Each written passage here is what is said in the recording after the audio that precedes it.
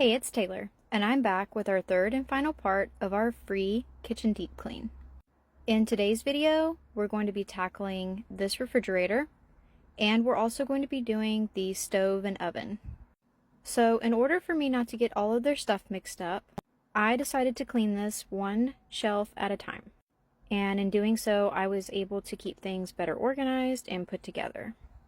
Just like with the rest of this kitchen, everything came up super easy and I didn't have to do a ton of scrubbing or put a lot of pressure behind anything. Once that I got the shelf cleaned, I would do the area behind before that I replaced the shelf and put all of the items back into that shelf.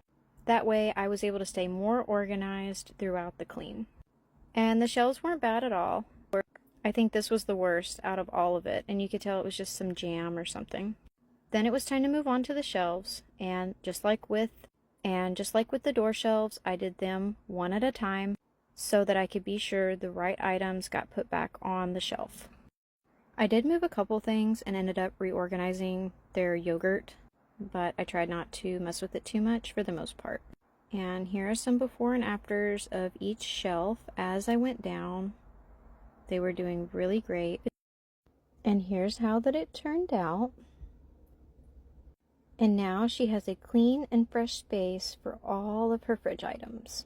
Afterwards, I did the stainless steel, and it actually turned out really good. It was going great until that I noticed some sticky spots on the back of the door handles.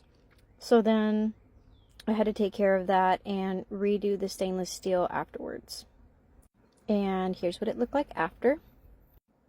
Next, it was time to tackle this oven, which is one of the things that she specifically mentioned as wanting done.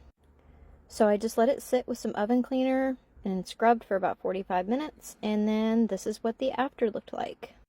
She also wanted me to pull out the oven and clean up behind it. She was really worried about there being a big mess back there, but it honestly wasn't too bad. I just had to sweep and then scrub up 2 spots where the oven feet were setting at. But the side walls and the back were really great. There wasn't any spill marks or food, etc. that really needed to be done too much. So I just took care of the few spots that I noticed along the way, wiped everything off and made sure that it was dry.